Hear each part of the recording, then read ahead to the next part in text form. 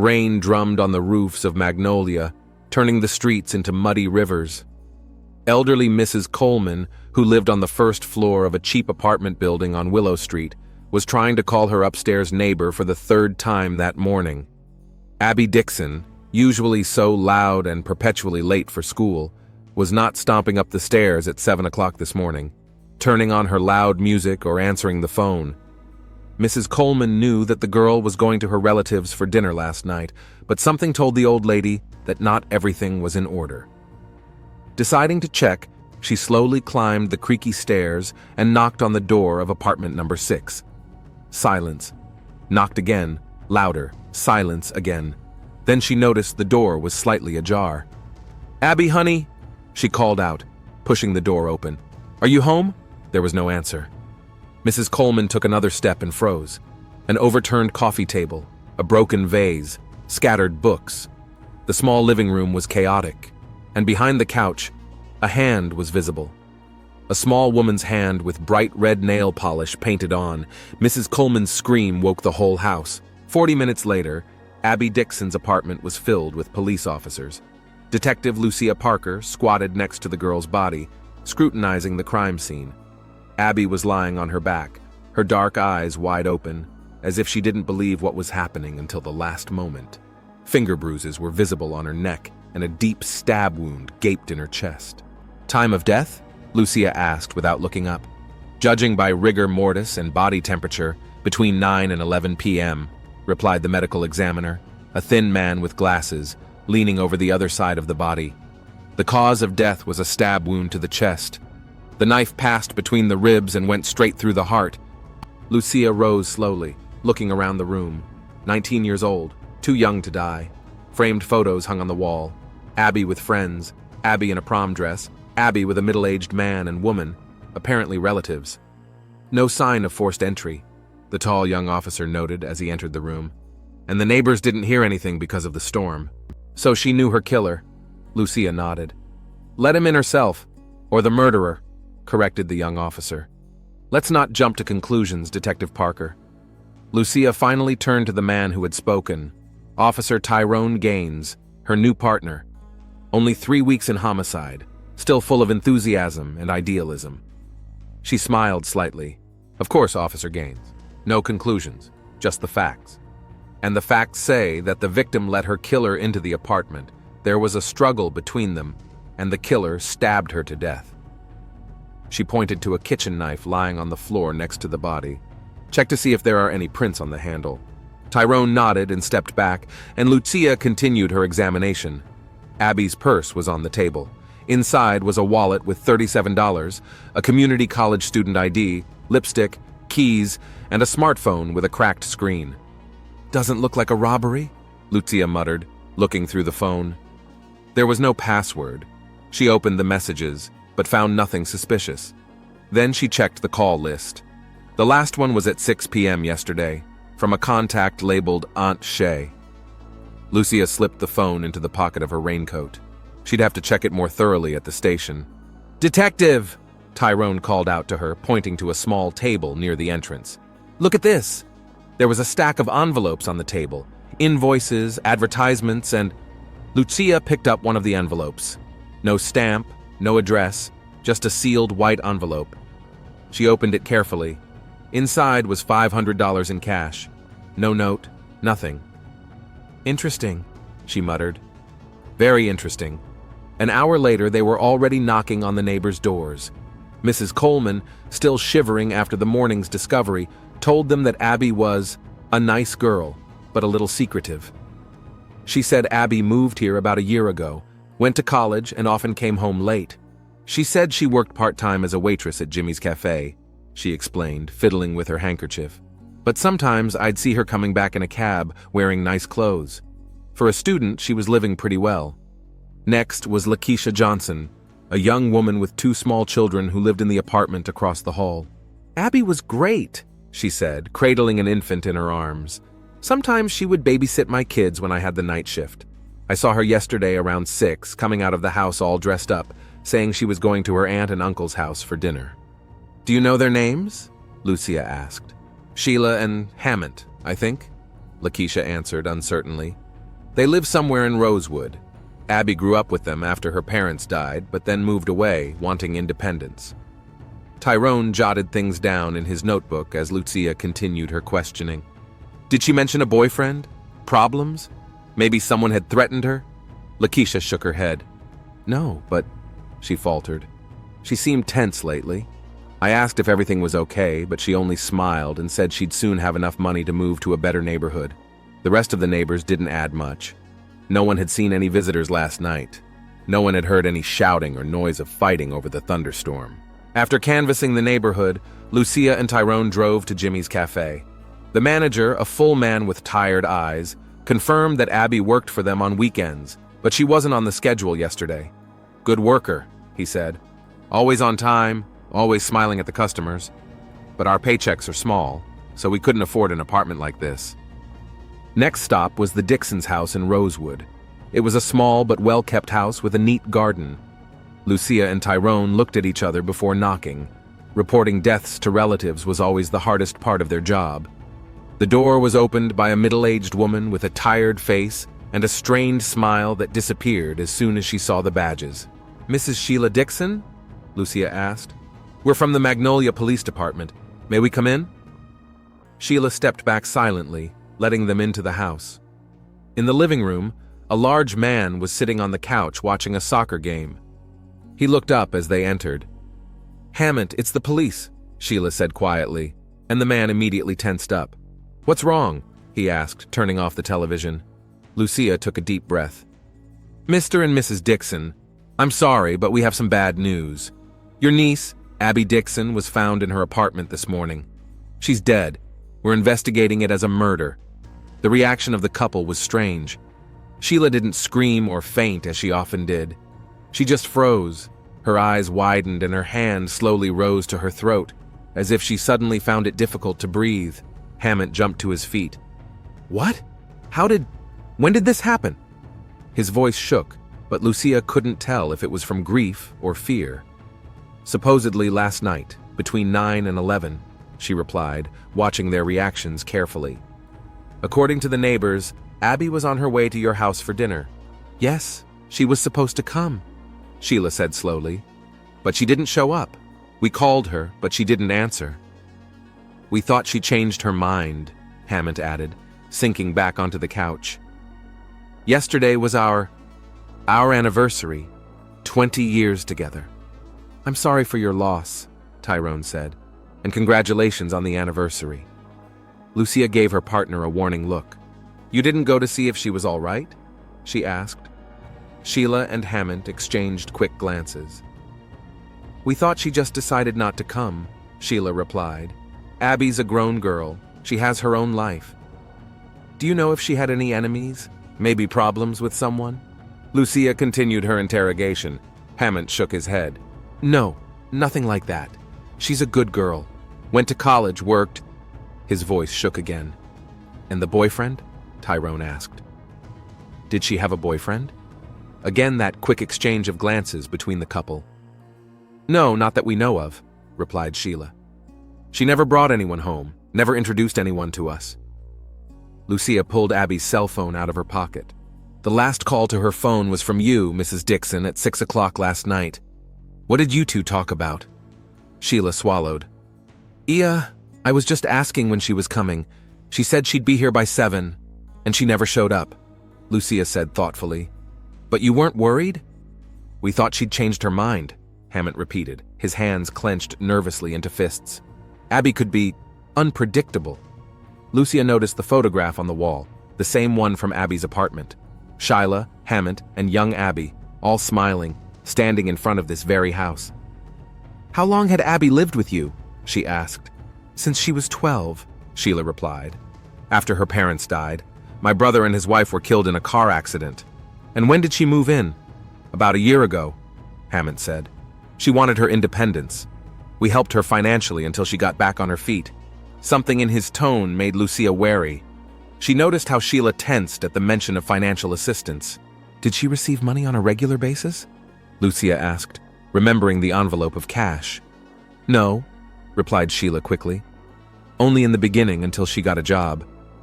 Hammett nodded in agreement but didn't meet Lucia's gaze. "We'll need to check your alibi for last night," Lucia said. "Purely formally, you understand?" "Of course," Hammett nodded. "We were home all evening. Cooked dinner, waited for Abby, then had dinner alone." "Can anyone confirm that?" Tyrone asked. The couple shook their heads. "No, we were alone," said Sheila. "It was our private party." As they were about to leave, Lucia noticed a small photograph on the dresser, a very young Abby in a tutu.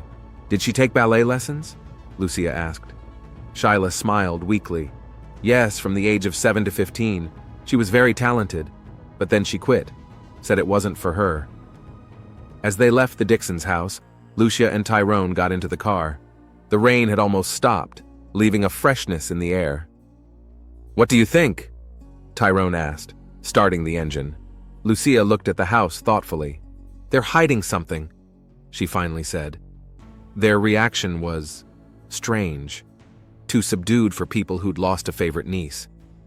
"Maybe they're in shock," Tyrone suggested. "Everyone has different reactions to grief." "Maybe," Lucia nodded. "But I want to check their finances. Abby's finances, too. How does a student who works as a waitress on weekends have money for a separate apartment and a cab? Do you think she was involved in something illegal?" Lucia shook her head. "I don't, but someone was handing her cash in envelopes on a regular basis, and I want to know who it was." When they got back to the station, Lucia immediately requested Abby Dixon's bank statements. The results were interesting. In addition to the modest income from her job at the cafe, $500 in cash was deposited into Abby's account each month. No sign of the sender. "Look at the dates," Lucia said, showing the printout to Tyrone. "The 15th of every month, like clockwork. Someone paid her regularly and was careful to leave no trace." Tyrone whistled. "And it went on and on." He ran his eyes over the dates, almost 8 months. "You think she was blackmailing someone? Or doing favors?" Lucia said thoughtfully. "We should check her friends, see if they know anything." She picked up Abby's cell phone and started going through the contacts. Most of the names didn't tell her anything, but one caught her eye, Keisha B. Next to the name was a heart emoticon. "Let's start with her," Lucia said, showing the name to Tyrone. It looked like they were close. Keisha Brown was found at the same college where Abby went to. The girl with the brightly colored pigtails was sitting in the cafeteria, tucked into a textbook, when detectives approached her. When she heard about Abby's death, she cried. "We were best friends from the first day of college," she sobbed. "I can't believe. Who would do something like this?" "We were hoping you could help us find out," Lucia said softly. "Did Abby tell you about any problems? Maybe someone threatened her?" Keisha shook her head, wiping away her tears. "No, nothing like that. She'd been happy lately. Said she could move to a better place soon, maybe even quit her job at the coffee shop and focus on her studies." "Where was she supposed to get the money from?" Tyrone asked. Keisha hesitated. "I don't know exactly. She didn't say directly, but..." The girl lowered her voice. "I think she had a rich patron, you know? Someone who helped her financially." Lucia and Tyrone looked at each other. "You mean a romantic relationship?" Lucia clarified. Keisha nodded. "She never said his name, always just he. But I know he was much older and probably married. She was always very secretive about him." "How long do you think this relationship lasted?" "About 8 months, maybe a little longer. 8 months. Exactly coincided with the start of the mysterious cash flow." "Did she mention yesterday that she was going to her aunt and uncle's for dinner?" Tyrone asked. "Yes," Keisha nodded. "Said it was some kind of anniversary. She didn't want to go, but said she couldn't say no." Keisha cried again. "If she hadn't gone, maybe she'd still be alive." Lucia put her hand on the girl's shoulder. "It's not your fault, and we'll find whoever did it." As they walked out of the college, Lucia was thoughtful. "If Keisha is to be believed, Abby did go to the Dixons last night," she said. "But they claim she didn't show up." "Someone's lying," Tyrone agreed. "But why would the Dixons kill their niece?" "I don't know," Lucia replied. "But I want to check their finances too. And I'm wondering what the cell towers show. If Abby's cell phone was near the Dixons' house last night..." They got back in the car. The rain had picked up again, drumming on the roof and turning the world outside the window into a blur. Lucia looked outside, but saw Abby's face in the photographs before her, young, smiling, full of hope, and the faces of Sheila and Hammond tense, hiding something. "Something doesn't add up," she muttered. "Something's not right here." Tyrone nodded, starting the car. "Do you think a rich patron is the key?" "Maybe," Lucia said. "But I think the answer is much closer, perhaps even in the family itself." When they got back to the station, Lucia already had the results of the cell tower query on her desk. Abby's phone had indeed registered near the Dixons' house around 7 last night, and then moved back to the vicinity of her apartment by 8:30. "She was there," Lucia said, showing the printout to Tyrone. "She came to see them, but she didn't stay long, less than 2 hours, and they said she didn't show up at all. Why would they lie?" Tyrone frowned. "That's what we need to find out." Lucia picked up her jacket. "Let's go visit them again." Lucia sat at her computer, tapping her pen thoughtfully on the edge of her desk. She was waiting for the system to give her the full details of Abby Dixon's finances.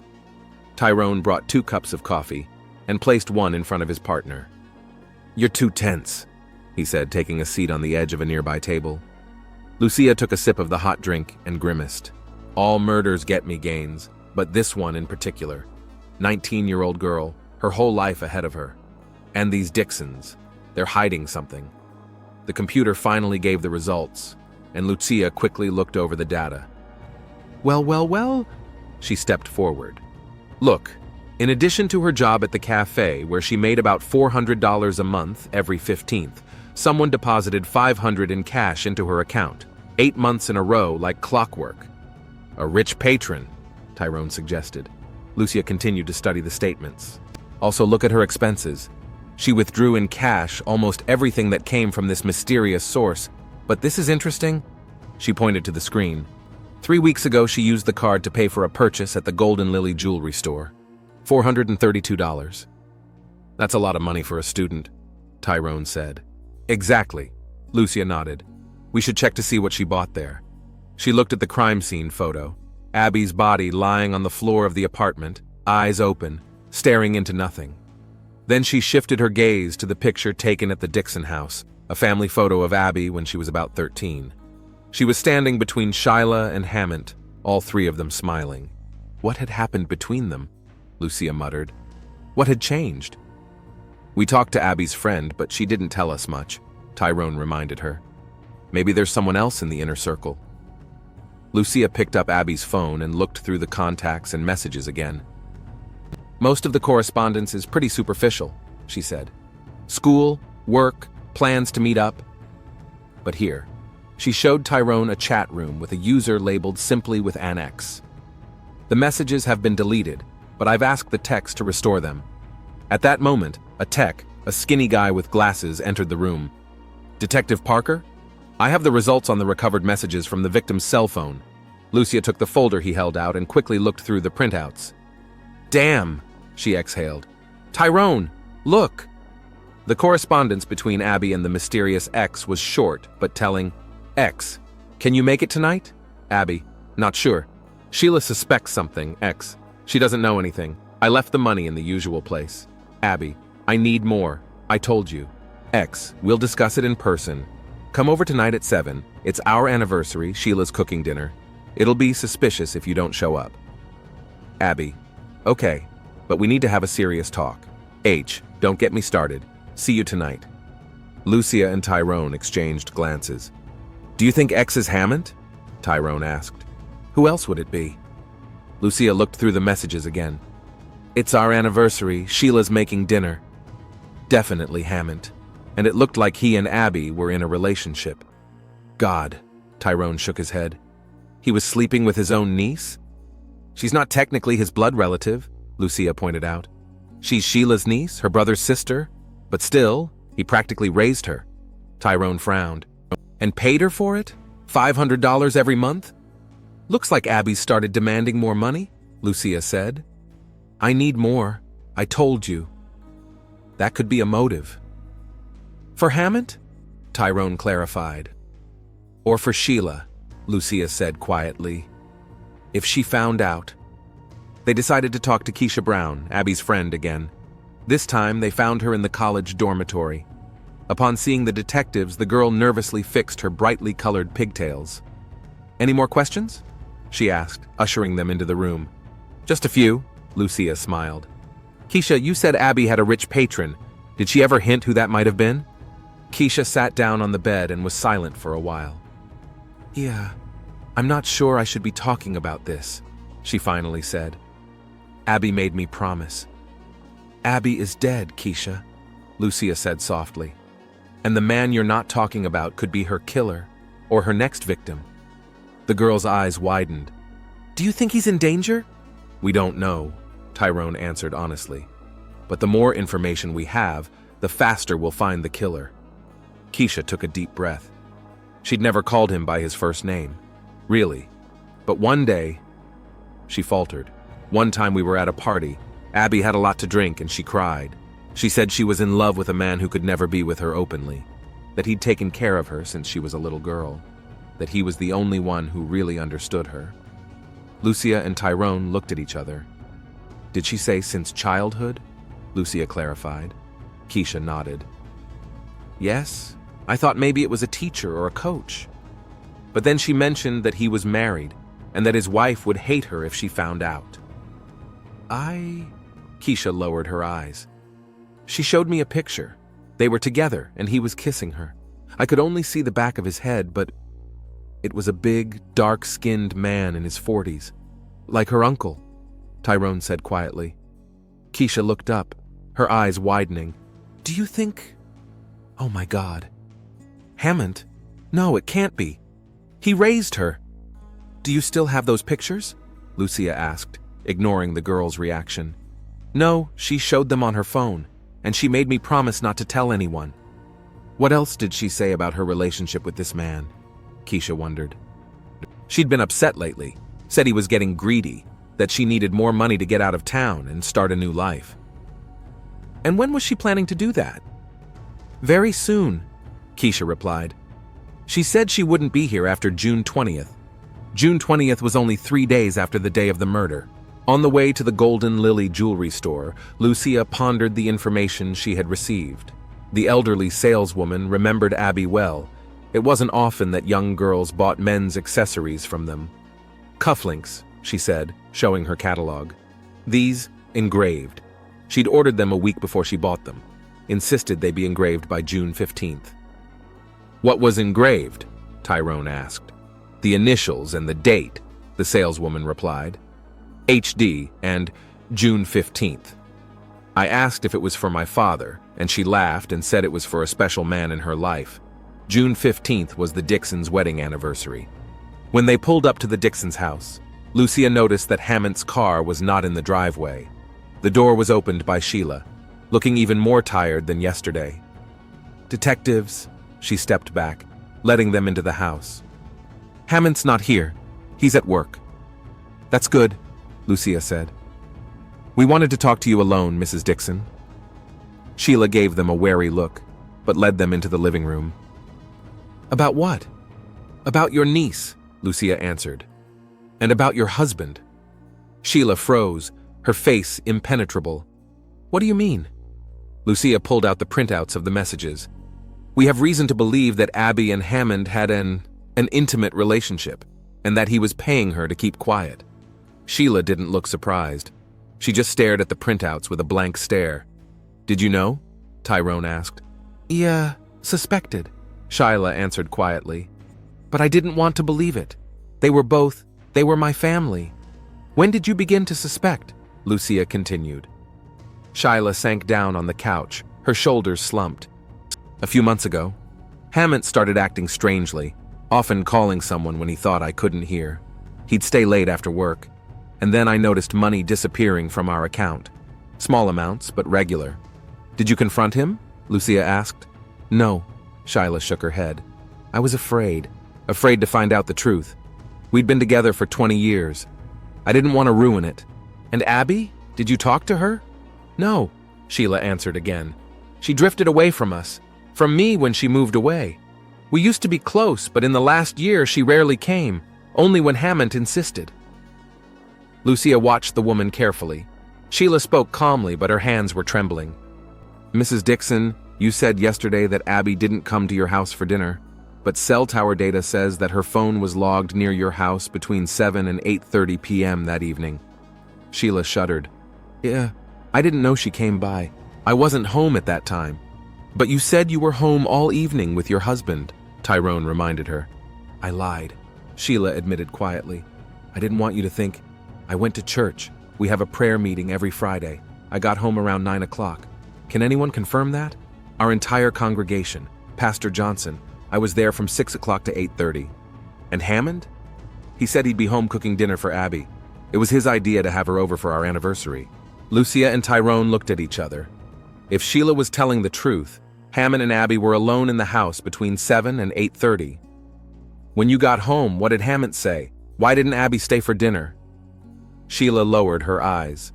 He said she didn't come at all, that she must have changed her mind. We had dinner alone. He was, nervous, but I thought it was because of our anniversary. He gave me a necklace. Mrs. Dixon, Lucia began cautiously. We found an envelope with $500 in it in Abby's apartment. The same amount was deposited into her account every month. Do you know anything about that? Sheila shook her head. No, but, our family budget.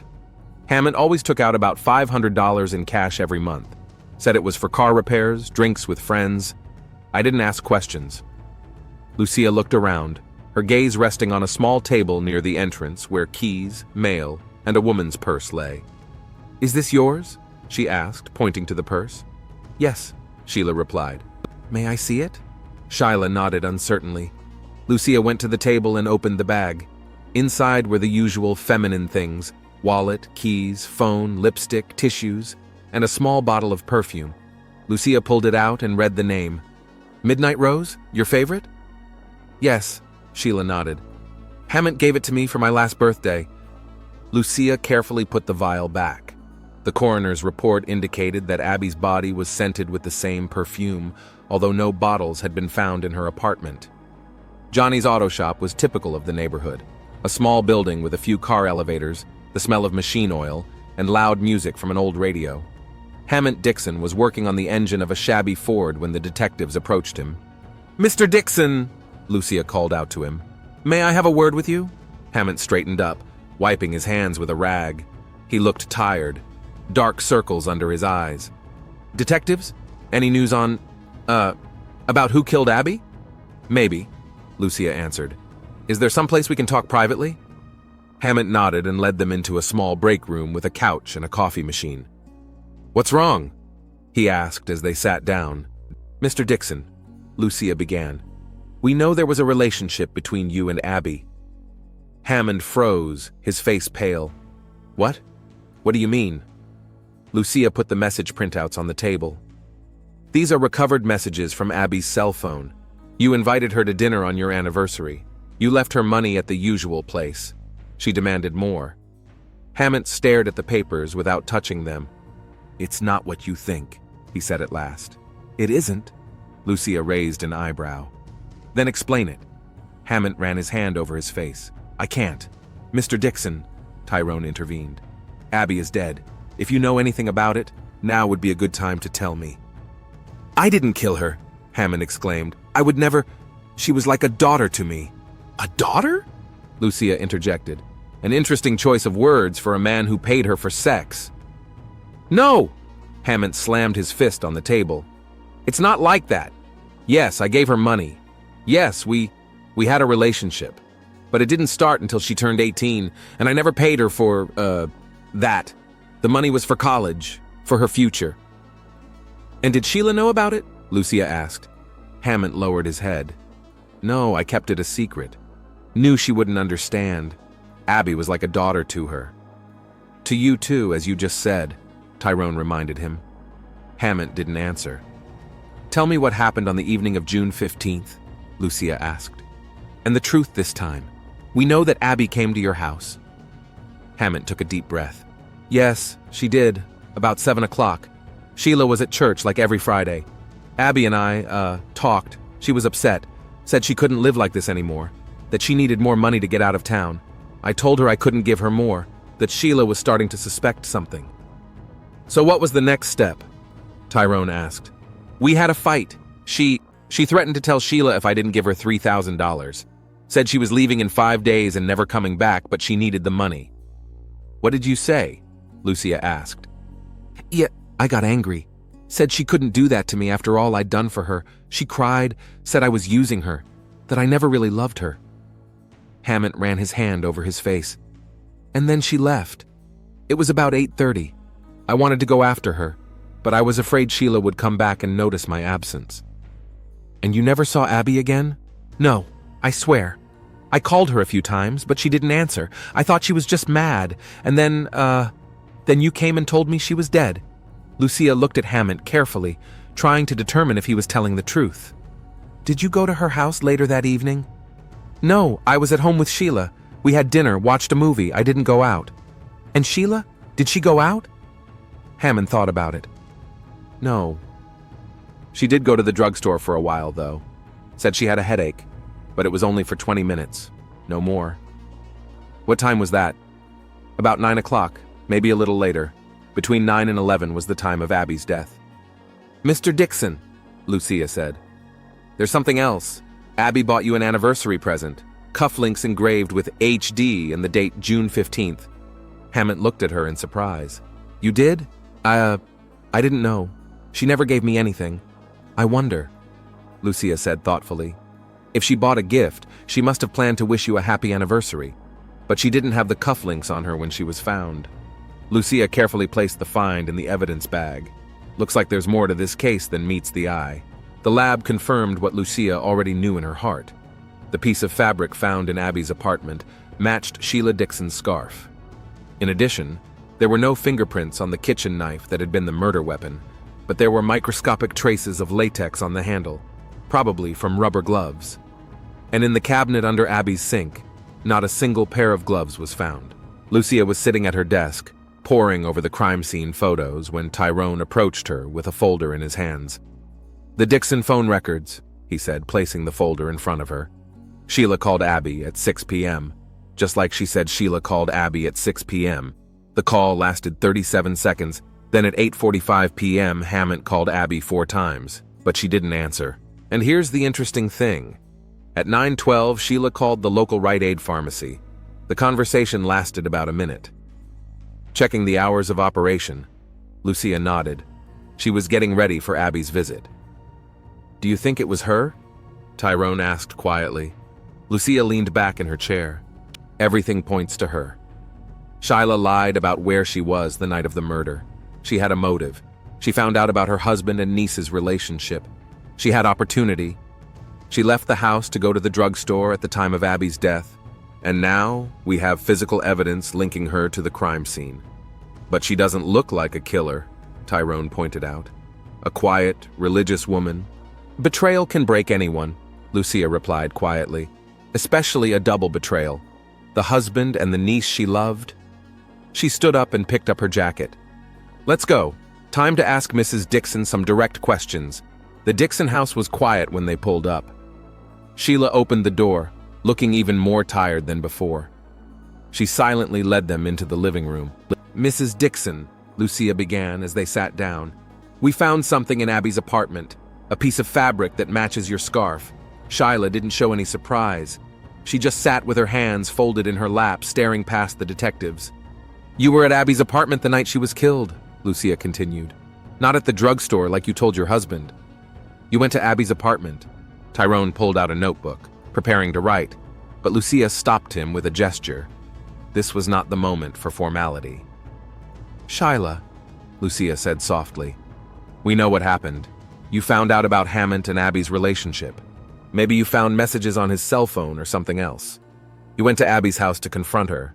The conversation turned into an argument, and, I didn't plan it," Sheila said quietly, interrupting Lucia. Her voice was calm, almost detached. "I just wanted to talk to her, to ask her why she did this to me. I raised her as my own daughter." Lucia and Tyrone exchanged glances. A confession, so simple and so unexpected. "Tell me what happened, Sheila," Lucia asked softly. Sheila took a deep breath and began her story. "It was our anniversary, 20 years together. I had been preparing all day, cleaning the house, cooking his favorite dishes, buying a new dress. I wanted the evening to be special. She smiled weakly. I was going to surprise him. I ordered a cake with our names on it and a picture of our wedding. She fell silent, gathering her thoughts. Hammond had gone to take a shower, and his cell phone was left on the kitchen table. It rang, and I glanced at the screen. A message from Abby. I can't wait to see you today. I have something I need to tell you. Love you. Shyla shook her head. I knew the password to his cell phone. We'd never kept them from each other before. I opened their correspondence and read everything. All of his promises, all of her demands for money, all of their plans to meet. Her voice shook. I couldn't believe it. I didn't want to believe it. But the proof was right in front of me. My husband and my niece. I didn't know what to do. Hammond got out of the shower, and I pretended like nothing had happened. I said I was going to church like I always do on Fridays, but instead I got in the car and just sat there watching the house, saw Abby arrive, saw Hammond open the door for her. Sheila clenched her hands into fists. I waited for almost 2 hours, saw her come out of the house. She was crying. They must have had a fight. I followed her to her apartment, keeping my distance. I wanted to talk to her alone, without Hammond. I wanted to hear her side of the story. And you went to her apartment? Tyrone prompted. Yes, Sheila nodded. I knocked, and she opened the door. She was surprised to see me. She said, Aunt Shay, what are you doing here? And I showed her the screenshots I took on my cell phone. I said, how could you? We were a family. Shyla paused, her eyes filling with tears. She didn't deny it, didn't even try. Instead, she laughed in my face, said Hammond never truly loved me, that he was with her because I couldn't give him what he needed. Shyla shook her head. And then she said she was leaving with him, that they'd been planning it for months, that he promised to leave me and start a new life with her in another city. Was that true? Lucia asked. I don't know, replied Shyla quietly. Maybe she was lying to hurt me. Maybe Hammond really did promise her that. It doesn't matter. In that moment, I lost control. I hit her. She pushed me away. We started fighting. I don't remember how I got the knife in my hand. It was just, it was there on the kitchen table. And then she fell. Sheila covered her face with her hands. I didn't mean to kill her. I swear to God, I didn't mean to. It just, happened. What did you do then? Tyrone asked. I panicked, Shyla admitted. I was wearing rubber gloves. I always carry them in my bag. My skin is very sensitive to household chemicals. I knocked over a few things to make it look like a robbery. Then I went out, went to the drugstore like I told Hammond, and bought some aspirin. I came home and pretended it hadn't happened. There was a heavy silence in the room. Lucia looked at this woman, whose life had been ruined by the betrayal of those closest to her, and couldn't help but feel pity, despite the gravity of the crime. Sheila Dixon, Lucia said formally, standing up. You are under arrest for the murder of Abby Dixon. You have the right to remain silent. Anything you say can and will be used against you in a court of law. You have the right to an attorney. Tyrone cuffed Sheila, but she didn't resist. She seemed relieved by her confession, as if a heavy weight had been lifted from her shoulders. Could I ask you for one thing? She asked, as they led her to the car. Don't tell Hammond I was here. Let him find out at the station. I don't want to see his face when he finds out what I did to his Abby. Okay. Lucia nodded. They took Sheila to the station, where she formally repeated her confession for the record, and then was placed in a holding cell. Lucia sent an officer to fetch Hammond to inform him of his wife's arrest. Waiting in her office, Lucia felt a strange emptiness. The case had been solved, the murderer had confessed, all the evidence fit together. But there was no joy, only a sense of all-consuming tragedy that had destroyed the lives of all involved. Hammond arrived half an hour later, confused and frightened. Detective Parker? He looked around nervously. The officer said you wanted to see me. Did something happen to Sheila? Have a seat, Mr. Dixon, Lucia said, pointing to a chair. Hammond sat down, his hands trembling. Your wife has been arrested on suspicion of Abby Dixon's murder, Lucia said bluntly. She confessed to the crime. Hammond froze, his face contorted with shock. What?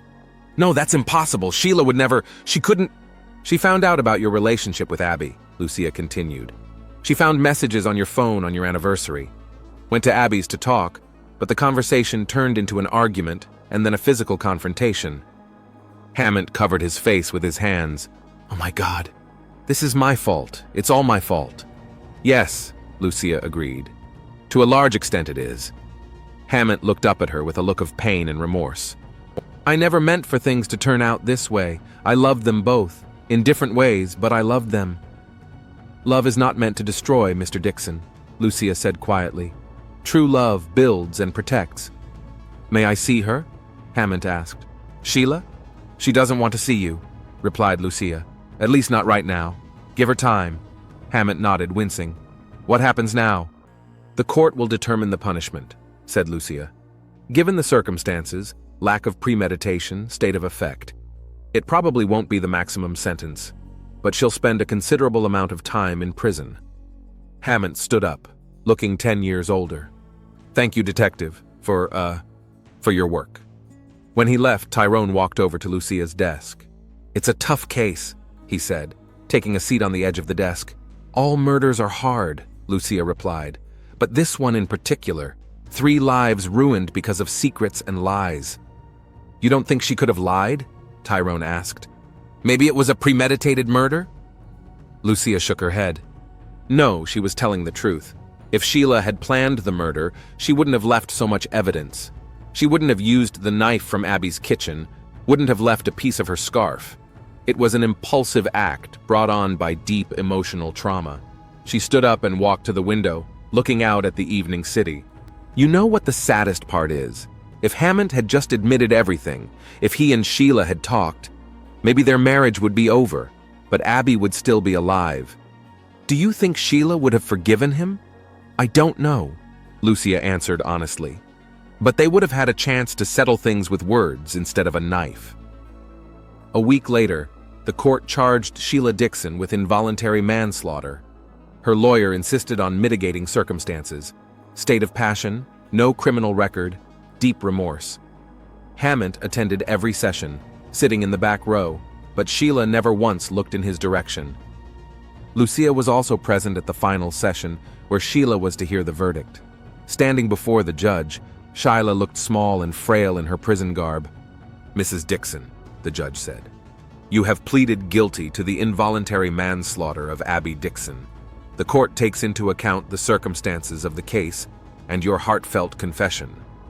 Nevertheless, a young life was taken, and that warrants appropriate punishment. The court sentences you to 8 years in prison with the possibility of parole in 5 years. Sheila simply nodded, accepting the sentence. As she was being led out of the courtroom, she looked at Hammond for the first time. Their gazes met for a second, and then she looked away. As she left the courtroom, Lucia bumped into Hammond. Detective Parker, he stopped her. I wanted to thank you for finding the truth. I was just doing my job, Mr. Dixon, Lucia replied. Did you visit her? Hammond asked suddenly. Sheila? She won't see me, won't answer my letters. Once, Lucia nodded. She's hanging in there. Said she found peace in prayer. Hammond smiled sadly. That's like her. She's always been stronger than me. Yeah. I sold the house. The money will go to her lawyers and an account she can use when she gets out. I'm leaving town. Where to? I don't know. Someplace where no one knows me, where I can start over. Good luck to you, Mr. Dixon, Lucia said, not knowing what else to say.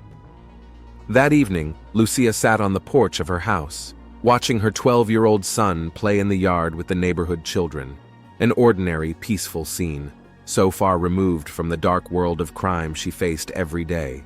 She thought of Sheila, now sitting in a jail cell, of Hammond, driving off into the unknown with the weight of guilt, of Abby, whose young life had been cut short so suddenly and tragically. Loyalty is a strange thing, Lucia pondered. We swear it to those we love, but are so easily betrayed when faced with temptation or fear. Hammond betrayed his wife by getting involved with his niece. Abby betrayed the aunt who raised her as a mother, and Sheila ended up betraying herself by giving in to anger and doing something she could never forgive herself for. What is the price of loyalty? And what is the price of betrayal? For the Dixon family, the price was exorbitant: ruined lives, imprisonment, and death. Lucia's son ran up to her, smiling and showing her some kind of fine and ordinary stone. But in his eyes, it was a treasure. She hugged the boy, feeling grateful for the simple joys and promising herself to always be honest. With him, with herself, with everyone she loved. Also,